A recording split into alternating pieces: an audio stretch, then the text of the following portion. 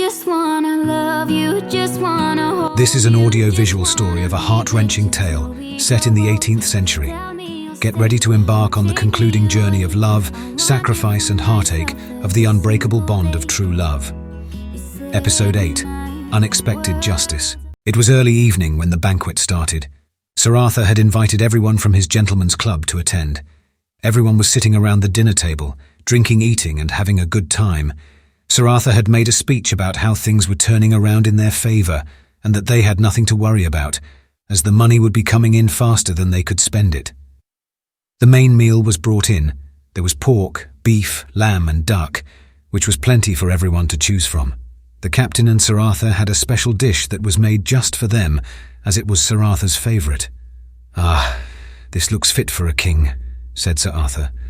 "I must admit it does look good and smells wonderful," said the captain. "Wait until you taste it. You will think you have died and gone to heaven," replied Sir Arthur. The captain took a few bites, looked up and said, "You are right, it tastes unbelievably good. It is like spring and summer all at the same time, with so much flavour." "I knew you would like it, as you have the same mind about things as I do.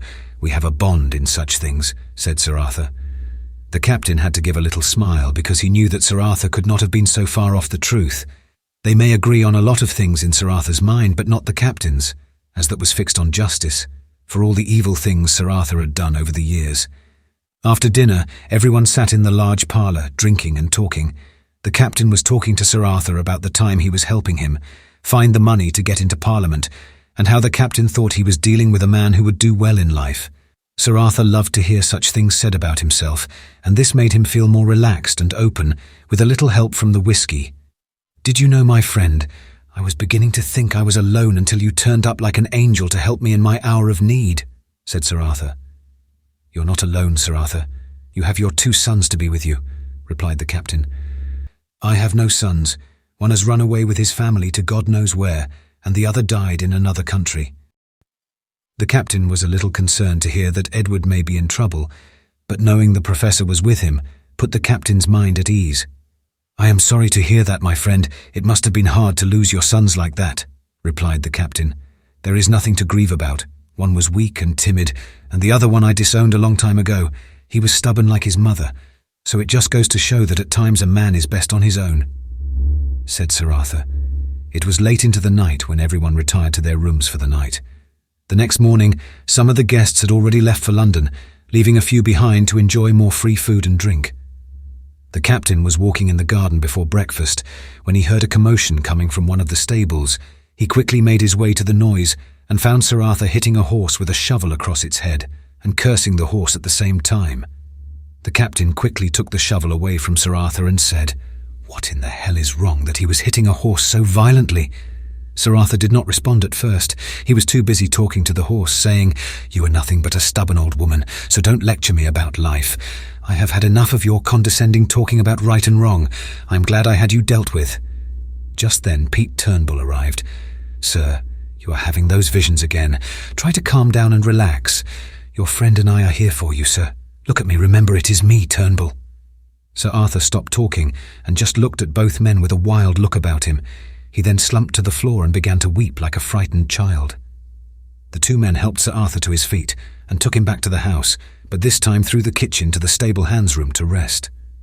"I will stay with him," said Turnbull. "Please don't mention what happened to the others. Sir Arthur will be okay after an hour or so." "You have my word. I will not mention what happened." "What has made Sir Arthur turn into a half-demented madman?" asked the captain. "I think he has put too much stress on himself trying to please everyone in making money, and all the setbacks have weighed heavy on his mind," said a worried Turnbull. The captain left to return to his room. Once in his room, he sat down to try and work out what had been triggering Lowing's strange behaviour. He could only think that he had been overworking his mind and had reached the point where he was seeing things that others cannot, as he had seen Lowings before in the garden, talking and then shouting to someone who was not there. The one thing he had noticed was that it seemed nothing new to Pete Turnbull. The captain had to find out more by talking to Turnbull. It is now January 4th, 1886, and Edward, the professor and Otto are a day away from arriving in England. "We will go to the captain's hotel once we dock and find out what has happened while we were away," said the professor. "I will come with you both to the hotel. I will need to speak to my father. I also think it would be in your interest if you talked to him as well, Edward, replied Otto. Yes, it would be good to see my uncle again, said Edward. There is one thing. You may not know, Lord Kemp has had a big hand in almost everything to bring your father down. Lord Kemp and Lord Peterson pulled out from backing your father, especially when they both found out that your father had mistaken Isabella for a maid, and also Lord Kemp was not happy that he was made to look a fool by your father in thinking you wanted the marriage between his daughter and yourself. Once Lord Kemp found out, it was your father's way to gain a hold of Lord Kemp's money and estate. He made sure he and Lord Peterson pulled out of any deals your father had, said Otto. And now it all makes sense why my father allowed the announcement to be made at that dinner party. He planned it all along, replied Edward. The captain was with Pete Turnbull. They were walking to the stables to check on the horse Sir Arthur attacked. Along the way, the captain asked Turnbull how long Sir Arthur had these visions he talked about. They started about a few months back. I noticed Sir Arthur was forgetting things, especially words. Then about a month ago, he started talking to someone who was not there, and he would suddenly think he was one of the Greek or Roman gods. I see. So do you think it is from stress and overwork that has made Sir Arthur behave like that? Asked the captain. Yes, sir. He has been doing everything to get to what he desires most of all, and he is almost there. I feel with you being here, and with your help, he will achieve that desire, replied Turnbull. I will do all I can to help Sir Arthur achieve his dream, whatever that is, said the captain. Turnbull looked at the captain with a slight smile and said, A lord, sir.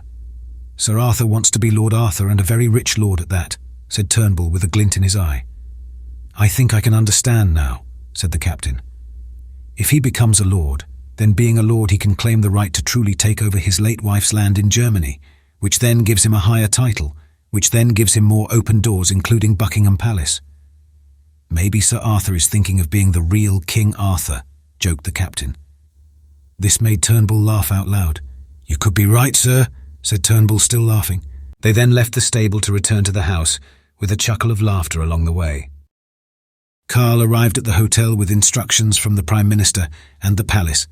John, Isabella, we have work to do, and since the captain is not here, we need to make sure that we get everything right, Carl said in a determined voice. Yes, of course we will. But what can I do to help? Asked Isabella. I will need you to be you, Miss Isabella, but as Lady Isabella, I will need you to have afternoon tea today with one of the directors from the bank, who is Lowing's main connection to the bank. You will need to convince him that you have been advised to invest some of your gold and also place your jewels in the bank for safekeeping. Yes, of course, I can do that. I have seen Lady Margaret do that sort of thing many times over the years, replied Isabella. I have all the paperwork for you to show Lord John when you meet this afternoon. Just be yourself, but do not mention Oakfield Manor, not until he is signed to take charge of your accounts. Then give him this letter. You can mention you are Lady Isabella of Oakfield Estate while he reads it. What will happen after I say who I am? Asked Isabella. He will probably not say anything, but will want to get away fast, and once he leaves the room, he will be taken into custody, and we have him. He will then be forced to resign from the bank, and then be dealt with by whatever punishment the palace wish to impose, replied Carl. So taking away the main source of investment and income away from Lowings, the others will follow, and he will be left desperate to try to find anyone willing to invest in his plans, said John happily. Exactly. Once the first centre block is removed, the rest will topple easily, replied Carl. Isabella had a puzzled look on her face. She could not hold it in any more and asked, What is in the letter that would make the man want to run in such a way? I can only tell you that it is from the palace and the government, and that Lord John has no choice in his life anymore. As from the moment he reads that letter, he is removed from all privileges, and any title he may have, any houses and or businesses he may be involved with will be taken from him, by order of the Queen, replied Carl. Isabella entered the tea room. Lord John was waiting in the corner reading a newspaper. Isabella walked up to his table and introduced herself. John was sitting a few tables away, just in case. Lord John stood up and greeted Isabella, helped her to her seat, then sat down opposite her. After the small talk, Isabella produced a few documents for Lord John to read. After a few minutes, he put the documents down and started to explain about investing the gold in a few business ventures, which could double Isabella's money. He talked about the bank as the best place for her jewellery. It will be safe, and for only a small fee once a year. After about 30 minutes, Lord John asked if Isabella was happy to let him look after her account on her behalf, which Isabella agreed to. He then signed the document. and it was after he had handed a copy of the document to Isabella that she handed Lord John the letter. It only took a few seconds before it was obvious he was terrified of what was in the letter. He did not look at Isabella once before he got up and left the room, only to be confronted by the authorities and Carl. After Lord John realized that it was all over for him, he soon gave up the names of everyone else involved in Sir Arthur's grand plan. Carl knew that everyone on the list would be running for the hills once they knew the main man was no longer with them. "Are you okay, Miss Isabella?" asked John. "Yes, I am, and it was exciting to be able to help put that devil Sir Arthur in prison," said Isabella. At that moment, Carl entered the room. "Lady Isabella, I believe you left something in the next room," said Carl, with a serious look on his face. "I don't recall leaving anything, and I am certain I have not lost anything. What could it be, Carl?" asked Isabella. "It is best if you see for yourself, and I think you may have some explaining to do," replied Carl. Isabella was confused and worried at the same time. She started to make her way to the next room with John following behind her. Carl put his hand on John's shoulder and shook his head for John to stay in the room. Isabella entered the room and saw 3 men standing there. 2 men had their backs to Isabella reading newspapers. Isabella saw Otto and gave a small cry of delight, but before Isabella could say a word, the 2 men turned around. Isabella was in shock and almost fainted. Then she let out a big cry, "My husband!" and rushed to hold Edward. The 2 embraced each other so tight that Otto, Carl and the professor had to turn away. A very excited Isabella could not wait to tell Edward everything, but Edward, being as calm as ever, said, "Wait until we return to the room, my love." Everyone returned to the captain's suite to talk and catch up on what had been happening. There was a happy atmosphere in the suite at the hotel. Isabella, Edward, John, Carl and Otto were happy to see everyone was here and in good spirits. After about half an hour, everyone talked about what had been happening regarding Edward's father, Sir Arthur. Otto was talking to his father Carl about attacks on Edward and the professor in Jamaica, and how the Colombian president wanted to make sure Edward was safe. Carl was curious as to why the president was so interested in Edward's safety. Otto told his father that Edward not only found one of the biggest gold deposits in the Americas, but also found emeralds in the mountains, and gave those mines to help Colombia strengthen her independence. Everyone sees Edward as a blessing, and they all believe he was sent to provide guidance to live free. The professor and John were talking about all the deaths that Edward's father had caused over the years when Edward asked about his mother. "We don't have any solid evidence that your father had your mother killed, but we believe that he killed his first wife to marry your mother. There is a big possibility he had Lady Margaret killed as well."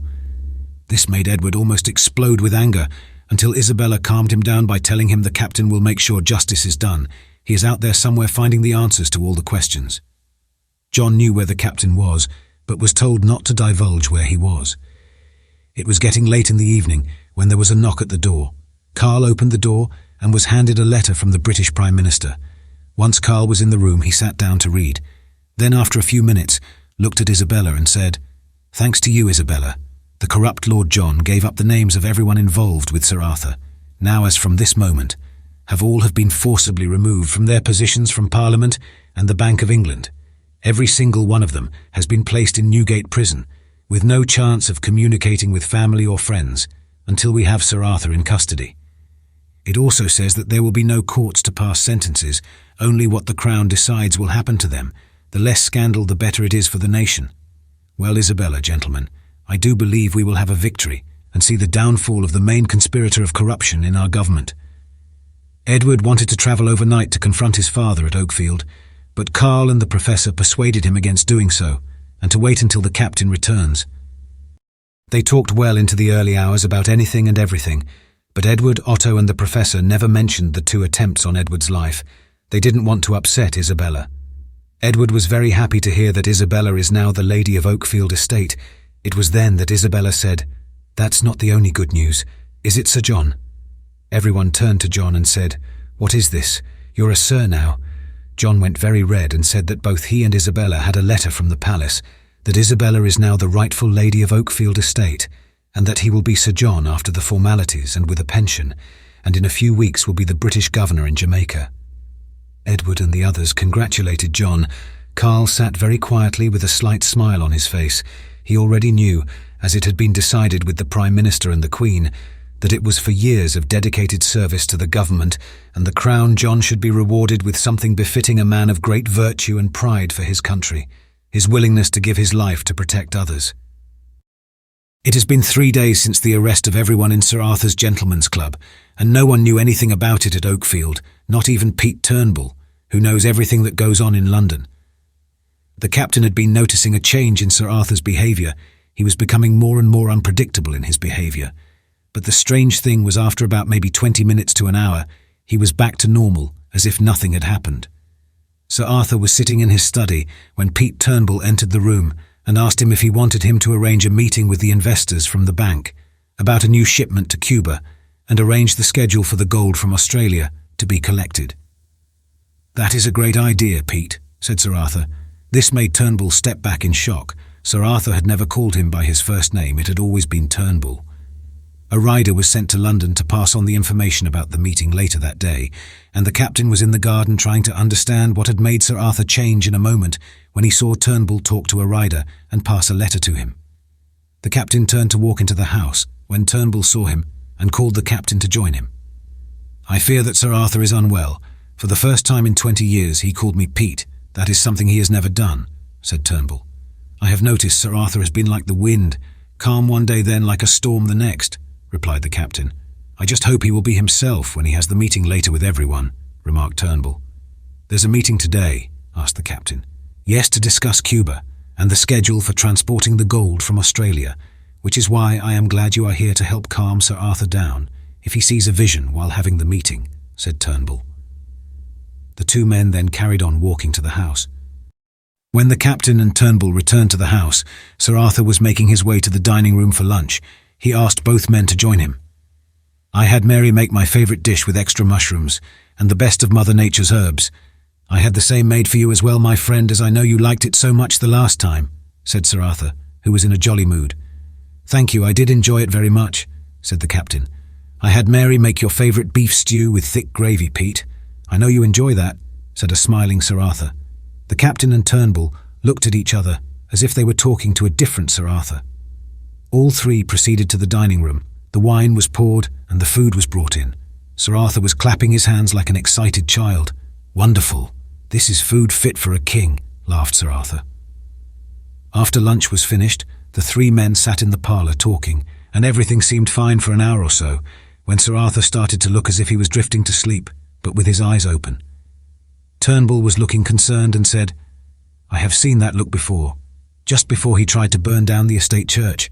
Then we had better keep a close watch to make sure nothing like that happens again," replied the captain.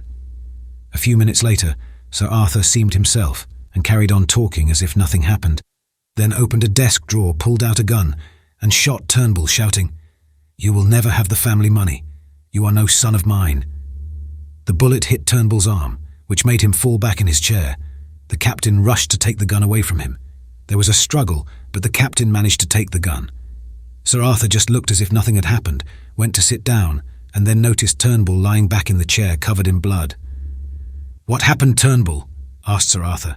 Turnbull got up and left the room holding his shoulder. The captain rushed to help him. "I am okay, sir. It is only a graze. I will ask Mary to tend the wound," said Turnbull.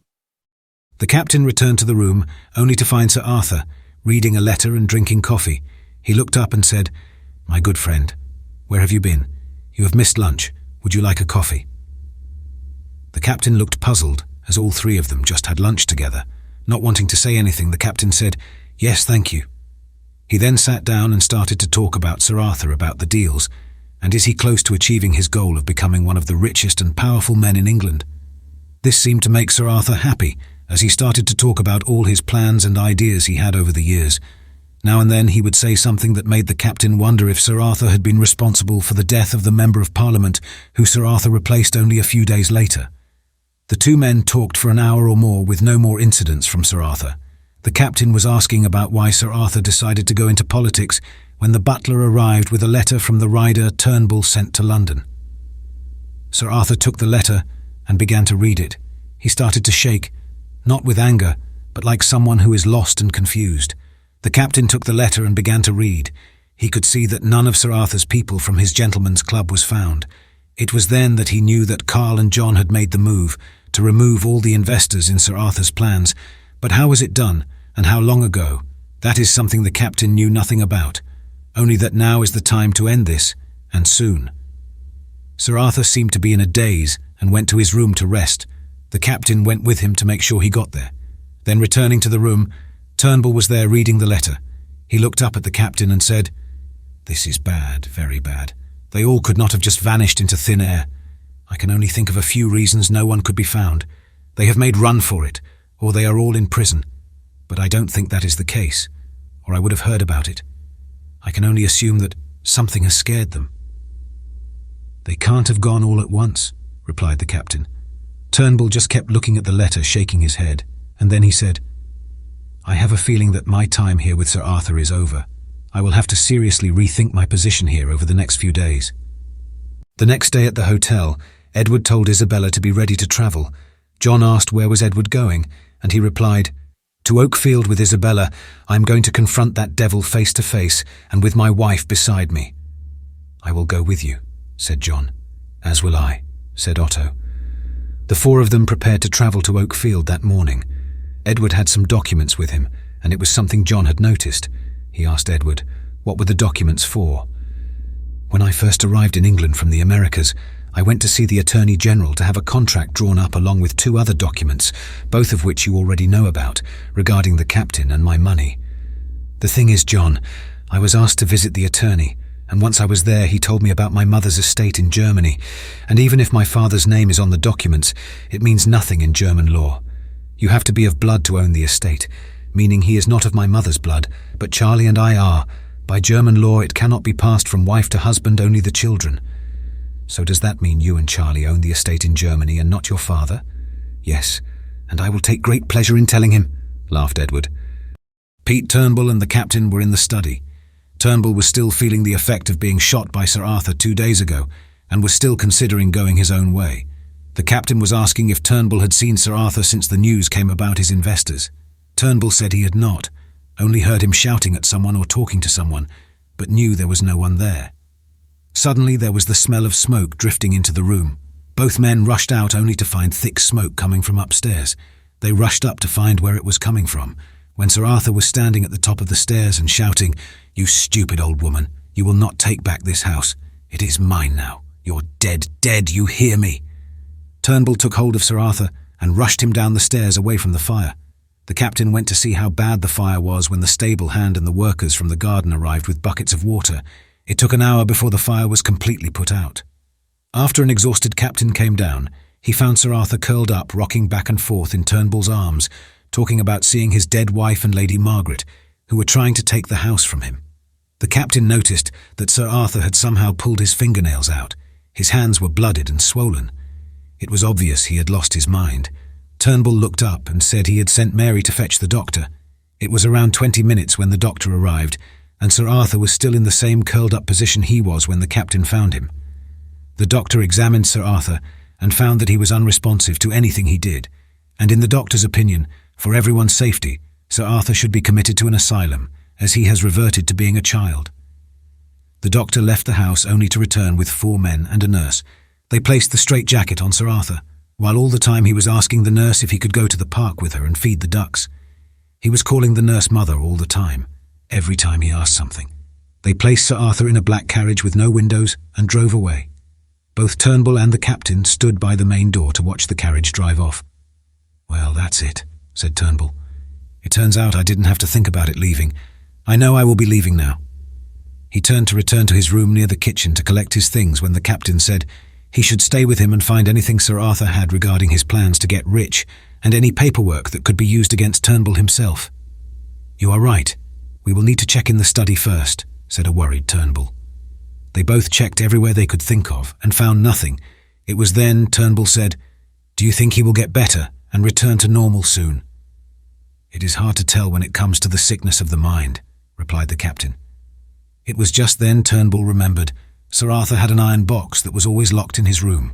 The 2 men went upstairs into a still, smouldering room that smelled of smoke, and there in the corner was the iron box. The 2 men carried it downstairs into the study. The captain made short work in opening the box. Locked or not, the captain could open anything with a lock. There were a few ledgers and documents inside, and some sort of journal that was full of writing and cutting from newspapers. Turnbull was not waiting around to read anything. He grabbed as many documents as he could, and was about to throw them into the fireplace when the captain stopped him. "There may be something we can benefit from to help us become rich," said the captain. Turnbull looked, then smiled and said, "Yes, you are right. We both deserve something from all this." The captain poured a drink for them both, and they sat there drinking and talking about making money from all of this, when Turnbull fell asleep in the chair. Unknown to Turnbull, the captain had put sleeping powder in his drink. Edward and the others arrived at Oakfield, expecting trouble as soon as they arrived, only to find the captain standing at the entrance. "Welcome home, Lady Isabella," said the captain with a big smile on his face. "How did you know I am now Lady Isabella, Captain? I only found out a few days ago while you were away," said Isabella with a puzzled look on her face. John and the professor began to laugh when John said, "Miss Isabella, there is nothing the captain does not know when it comes to affairs of the state and the crown." They all greeted the captain before entering the house. The smell from the fire filled the house. "What happened?" asked Edward. The captain asked them to walk to the library to talk. Once inside, they all sat down, and the captain started to explain what had been going on since he first arrived at the house. Edward was more interested in where his father was.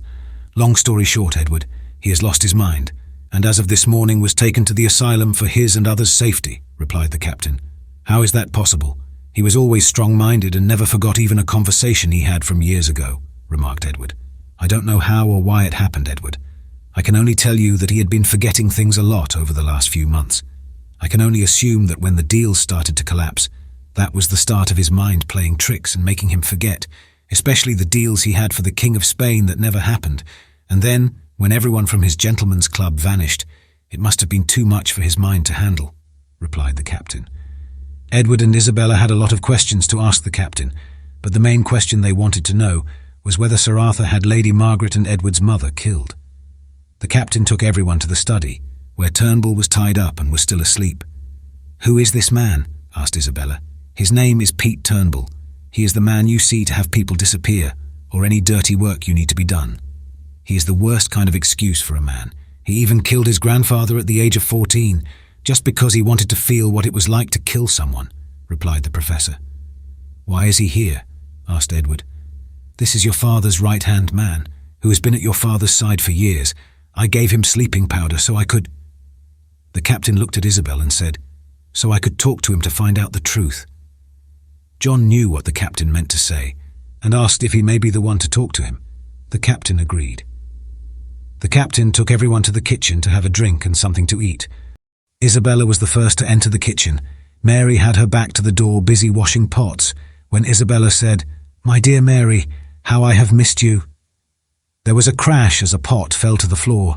Mary spun around, gave a delighted cry of surprise, and rushed over to Isabella, throwing her arms around her, and with tears in her eyes said, "Miss Isabella, I thought I would never see you again. I have been so alone since Lady Margaret died, and you had to leave the house. Then that devil came to the house and— "Calm your heart, Mary. Everything is going to be all right now. I am home and so is Edward," replied Isabella. "Master Edward, I have been praying for your safe return.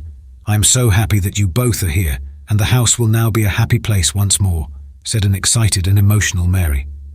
John stepped forward to greet Mary. She looked at John and burst into tears, pulling John into her arms and said, "My dear John, my heart was broken when you left, and every day I have thought about you, and wished I had the courage years ago to tell you I love you."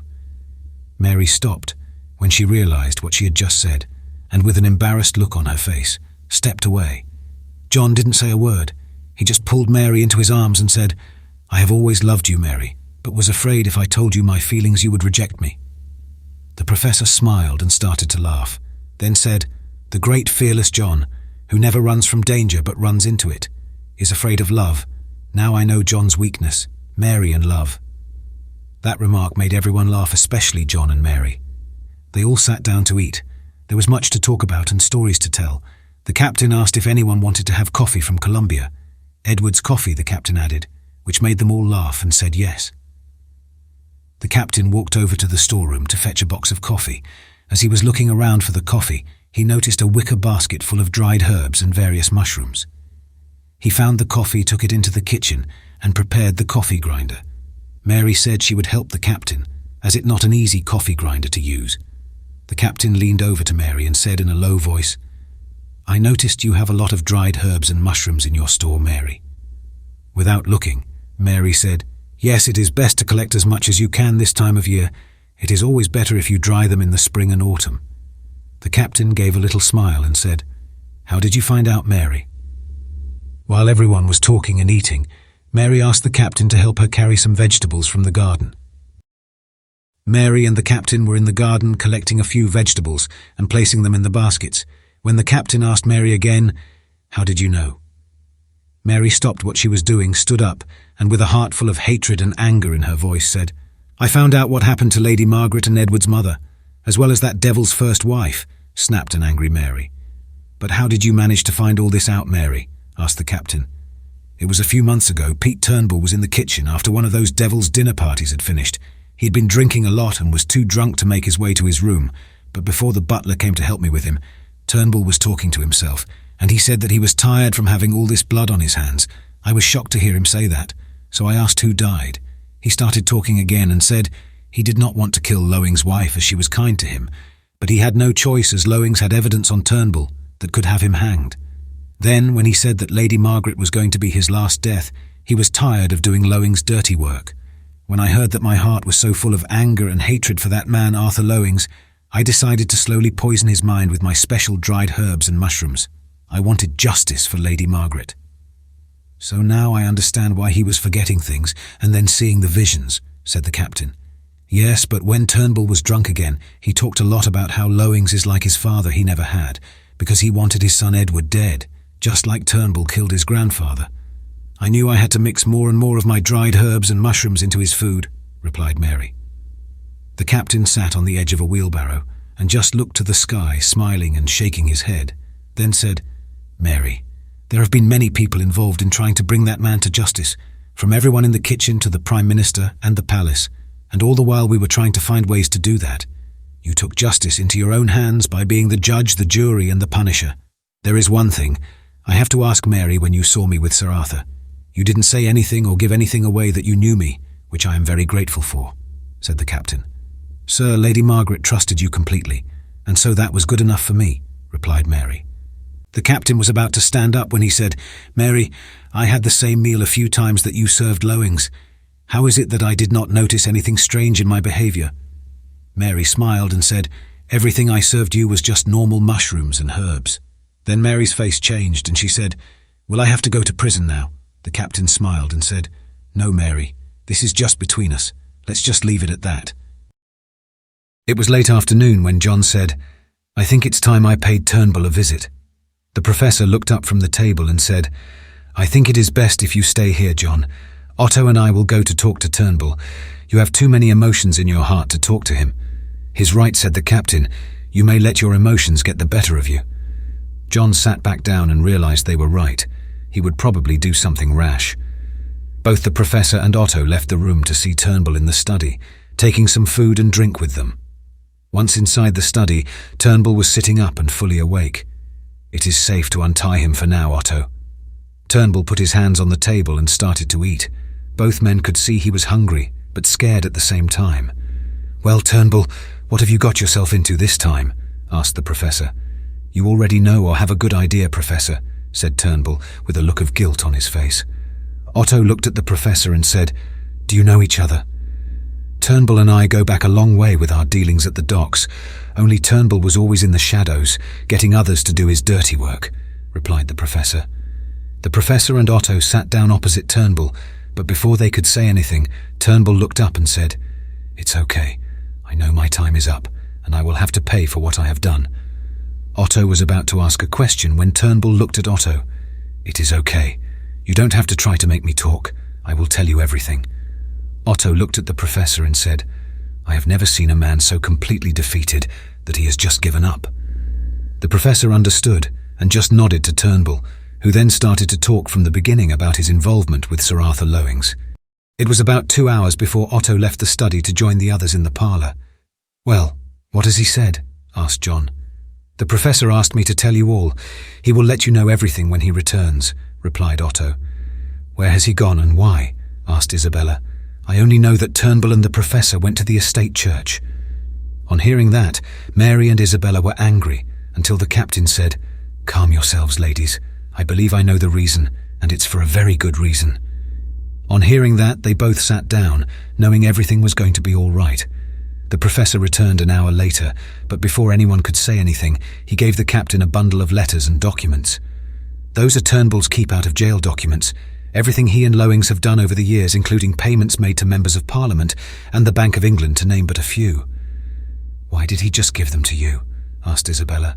"He gave them up because he knows he will hang on the gallows, and he has made peace with himself while we were in the church getting those documents. Now, Edward, I know you want to know about your mother, but Turnbull had nothing to do with that. He only made sure that once he knew someone was inquiring about Lady Margaret's death, he was ordered by your father to tie up any loose ends, and that was Corporal Thompson, who was a frequent visitor at the opium den. Turnbull had given him pure opium which killed him. So it was all my father's doing to have my mother killed," said Edward, in a half-emotional, half-angry voice. "Yes, and he had the Member of Parliament killed, so he could take his place. He did kill his first wife to marry your mother," replied the professor. "Was this Thompson responsible for my mother's death?" asked Edward. "Everything points to him being the one who was involved." On hearing that Edward sat back in the chair, Isabella sat with him trying to comfort him, when the captain said, "We need to get Turnbull to Newgate tonight. John and Otto said they would take him by using the covered 2-horse-drawn carriage and return in the morning." The captain said, "Stay at the hotel. Just tell them at the reception I said it was okay. And anyway, they know you both well. You have been there enough times," laughed the captain. Both John and Otto left for London with Turnbull within the hour. The next day at Oakfield, everyone was busy cleaning and sorting out the room damaged by the fire. When John arrived at the house, he spoke to the captain and passed him a letter. He then proceeded to open it, then called Edward over, then told Edward that the institution where his father was being held needed a relative to visit them to discuss personal matters. Edward said nothing. He just felt anger inside his heart. Everyone went down to lunch. Mary had prepared a special meal. The captain took one look at the meals prepared, gave a chuckle, and smiled. "What has made you laugh so?" asked the professor. "I was just thinking of the dinners I had when Lowings was here," replied the captain. Isabella sat down at the table and saw the food. She clapped her hands and said to Mary, "My favourite meal. It has been so long since I tasted mushrooms and herbs, potatoes with lamb chops and the gravy. Oh, how I have missed your wonderful gravy, Mary." "I knew you would enjoy it. Did you know the captain likes it too, and I think it is his favourite now as well," replied Mary, who then turned towards the captain, then gave him a cheeky grin and a wink. This made the captain burst out laughing, knowing exactly what Mary meant. It has now been over a month since Isabella and Edward arrived back at Oakfield Manor. The captain has been busy collecting evidence against the remaining few who were in Sir Arthur's Gentlemen's Club and are now locked away in Newgate Prison with the rest of the club, where they will remain until the palace decides their fate. Pete Turnbull was sent to the gallows inside Newgate Prison. It was thought best to have the execution inside the courtyard instead of the normal public execution outside Newgate walls. Isabella, with the help of Carl and the captain, returned all the land to everyone Sir Arthur had taken from them as part of his get-rich scheme for sand or shingle in Norfolk. Edward walked into the study and told John and Isabella that he was ready to confront his father. "I am ready to face him without anger or rage for now, but I cannot guarantee how I will be once I see him."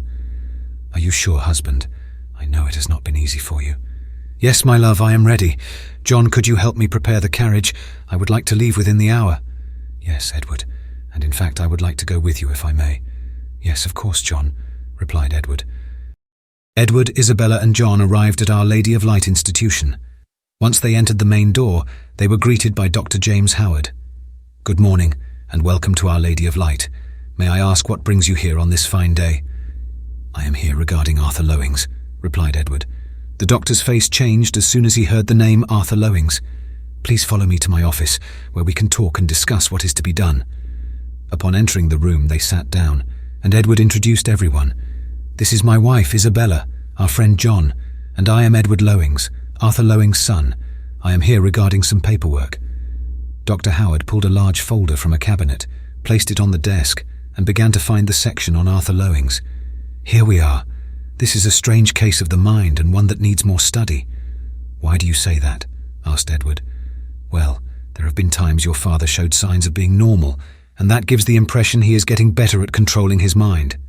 Then there are times he thinks he is a Greek god, and even God himself. He talks and argues with people who are not there. Then at times, something triggers him to be completely normal as you and I," replied the doctor. Edward was listening and not listening. He was thinking of his mother and why his so-called father wanted her dead. "I think if your father saw you, he may remember, and that may help him to control the mind," said the doctor. At that moment, a nurse rushed in and shouted, "It's happened again, and it's bad." The doctor said to Edward, "I think you had better come with me." Edward asked John to stay with Isabella and then followed the doctor to the common room. They were greeted with a scene that could have been from a comedy play. Inmates were running everywhere, some swinging on the curtains and others hiding under the tables, some throwing chairs and even each other. And there by a door, an orderly was holding his hand to his eye, with blood pouring down his face. The scene looked like it was right out of a tragic Shakespeare play. Edward followed the doctor to the door, and the doctor told other orderlies to help the man to the medical room and get the doctor to attend to him. "He was stabbed in the eye with a pen," said one man. The doctor unlocked the door and went in, telling Edward to be careful and don't say or do anything to aggravate his father. The room was like any other room you would expect in a large country house. Apart from there was a large chair, a small wooden one, a bed with straps on each corner, and one window that had large metal bars across it. The window was not like a normal window. The glass was so thick it only let the daylight into the room, but impossible to see what is outside. Standing by the wall in the far corner was Edward's father. At that moment, Edward realized he felt nothing, no emotion, and no love for his father. The doctor moved forward and asked him to sit down on his large chair. "I have someone to see you." Edward stepped forward, and his father looked up, and in an instant, the look on his face changed, then said, "Edward, when did you get back from the Americas? Did you make your fortune?"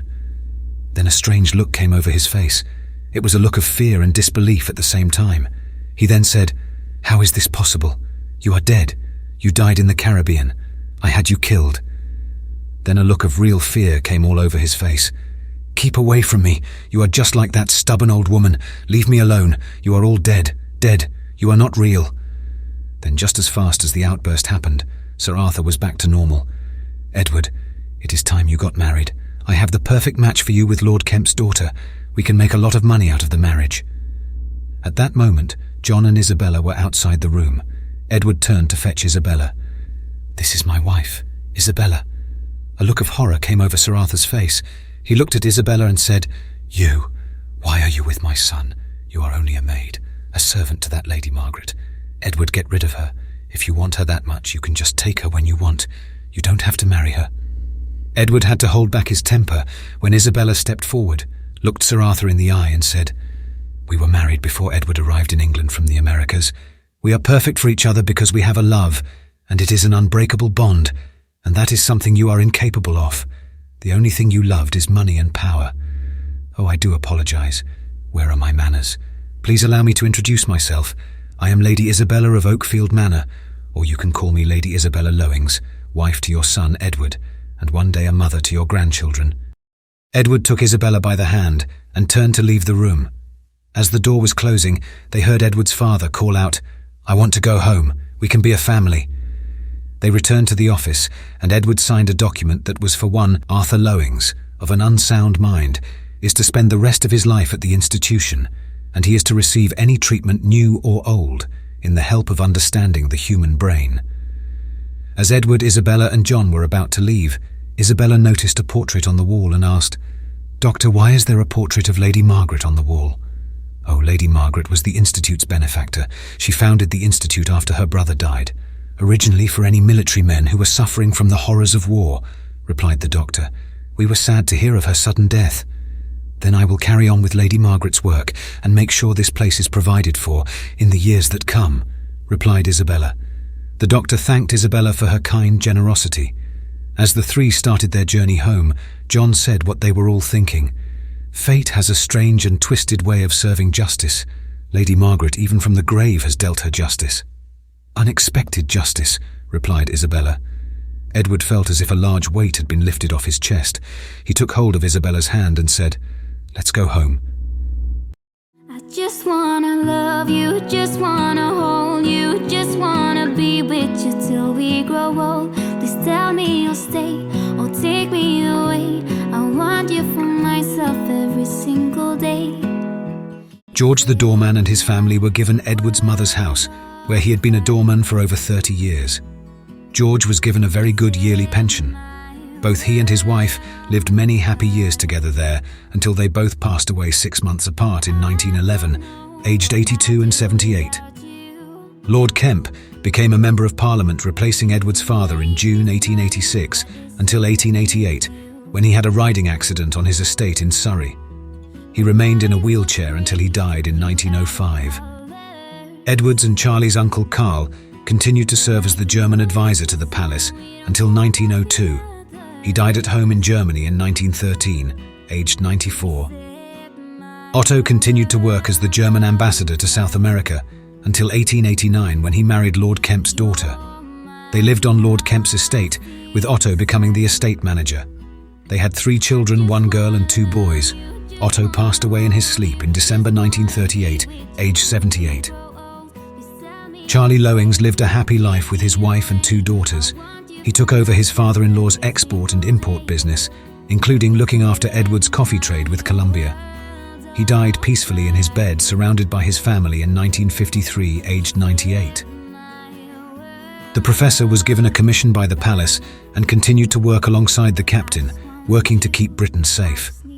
The professor, Edward, John and Otto had a strong bond of friendship and were always there for each other over the years. No one knew much about the professor or his past, not even the captain, but all who knew him could trust him no matter what. The professor had one passion he discovered later in life, and that was to fly, especially if there were any new aeroplanes. He would even go on test flights. The last anyone saw of the professor was on a new plane designed to carry airmail letters. The test flight was on the 1st of September 1939, while flying over Poland. It is presumed his plane was shot down. He was 91 years old. John and Mary married in May 1886, 2 days before John took up the position as Sir John, Governor of Jamaica. They didn't have any children of their own, but they adopted 3 local Jamaican children, 2 girls and 1 boy. Edward and Isabella visited them often over the years. John died in Mary's arms from dengue fever in 1912, aged 70. Mary continued to live in Jamaica and worked as a governess to the ambassador's children. Mary never revealed even to John that it was her special mushroom and herbs that started Sir Arthur's mind going crazy. She had been adding them to his food for months after she found out Sir Arthur had Lady Margaret killed. Mary passed away in 1925, aged 78, and was buried alongside her beloved John in Jamaica, a place they loved deeply.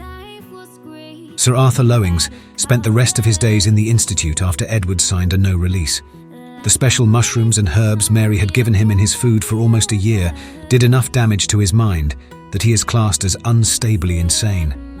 There are days when Sir Arthur is not shouting at someone who is not there or trying to kill anyone near him. He just sits and talks to himself as if he is in a conversation with Edward, Charlie, their mother, and even George the doorman. Edward did visit his father once more, and it was the same thing. When did Edward get back from the Americas, and had he made his fortune yet? In Edward's heart, he knew it was right to make his father suffer as he did with Charlie and himself by killing their mother, his first wife, Lady Margaret, and how many others. Sir Arthur died in 1909, aged 83. He choked on his tongue when he cut it in half and tried to swallow it. He is buried in a corner of the gardens on the institution grounds with an iron marker for a headstone. No name, only a number. The captain carried on his work for the British government and the palace, working with the professor for many years. In that time, the captain had saved many lives and solved many cases of corruption, not just in England, but for other governments around the world. The captain took his last voyage in April 1912 on board the RMS Titanic when he was 86. The hotel suite the captain used for years is still called the Captain's Suite.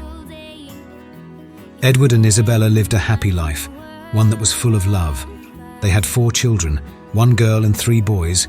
Their daughter, who was the eldest, was named after Lady Margaret, and later in life she became the new Lady Margaret of Oakfield Manor.